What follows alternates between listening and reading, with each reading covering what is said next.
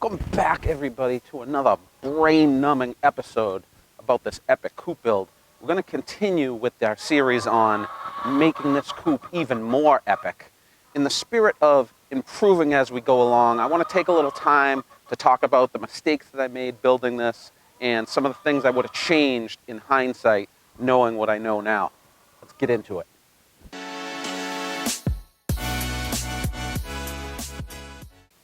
Now, if you haven't seen the Epic Coop Build playlist, I'll leave a link right up above so you can see all the issues that I'm going to point out, but I'm going to go through them in no particular order.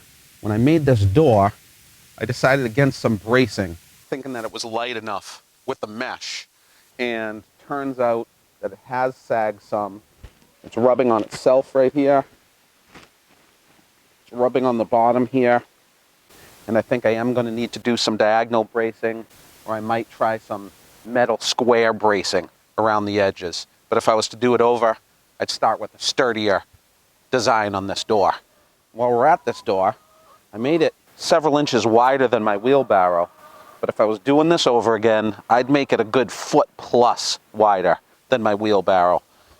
Putting it in and out is easy enough, but you have to be pretty precise since I only have a few inches on either side.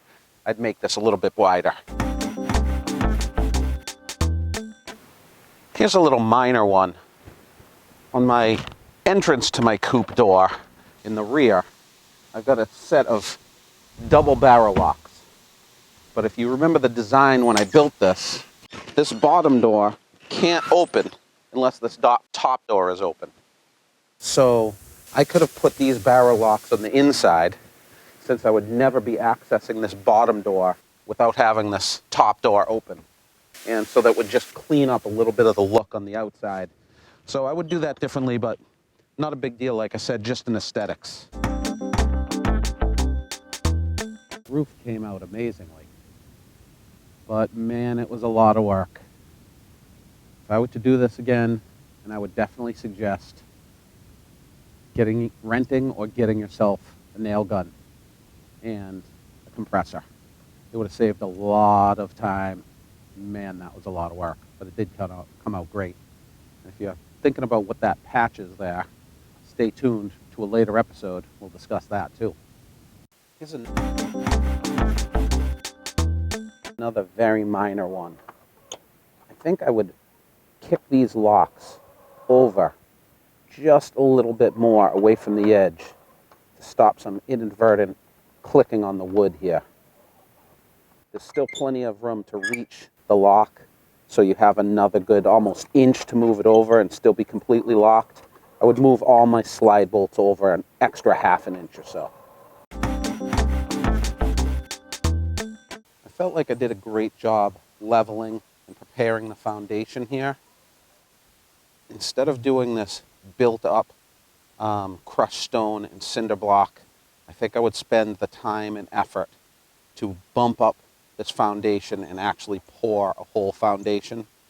It would have made setting these walls and leveling everything that much easier, and I'd have more peace of mind that the hardware cloth would be going down deep enough, and I'd just have a more sturdy underneath the coop. And which brings me to another point. I did pressure treated bottom plate and then double plate. I think if I weren't to do the cement foundation, I'd want to do a triple plate down here.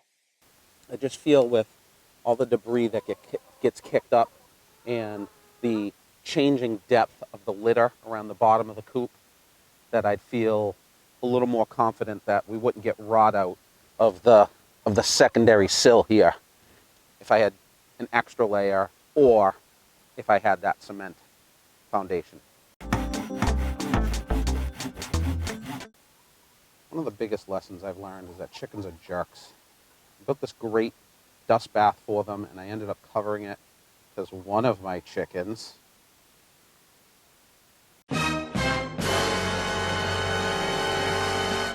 keeps on laying her eggs in it. And because chickens are jerks, they will lay almost anywhere but in your nesting box. Now, if you saw my beautiful nesting box build, it came out great, and the majority of them do lay in there, but I planned all this underneath area under the coop for area for them to hang out in, but I quickly realized that they would go ahead and lay way back in there, and I wouldn't want to crawl under there to get my eggs. So I went ahead and I fenced it all off with chicken wire. It's a good 2 feet in from the bottom of the coop, so they do have some overhang. And if they do start laying in here, I can grab the eggs without having to do my crawl. But I was really hoping on utilizing all that space under there for area for them to hang out in, and I now decided against it. So if I were to do it over again, I would either raise this area up or not plan so heavily on utilizing that space. If you're still here, do me a favor, smash that like button. It's a quick little thing you can do to really boost this channel and help the algorithm to understand how great this content is, get it out to more people. And also, hit me in the comments section down below. Did you notice any of these flaws while I was building it? And did you notice anything else that I might want to improve as we go along? Also, I know it's been a little bit since I added on to this coop and showed you some coop videos, but I got a bunch of cool things coming up that are really going to turn this coop into something even more deadly than it already is. Now, a couple more things I want to hit you with about planning and building a coop like this. Everything is more expensive than I thought it was. There was more items to buy, more tools that I needed, more wood. The price of wood was going up. So you want to budget that in. And then even more importantly, the last and my biggest takeaway from this is everything takes longer than I thought it would take. Everything. Especially since I'm not a carpenter and I've not built anything like this before. If you're undertaking something like this, you got to budget yourself a ton more time of making mistakes, cutting something twice, something not fitting the way that you wanted it to, or on-the-fly design changes due to the landscape or any other factor that might come up. But that being said, this has been an awesome project. Thank you guys for all the support and watching this come together. Thanks to my beautiful bride for helping me and supporting me to get this thing up. I know it's taken a lot more time than we expected, but the outcome and the benefits are great. Well, thanks for sticking with me. Let's always remember to practice kindness, practice compassion, practice humility. And thanks for being with me to help me practice the art of doing.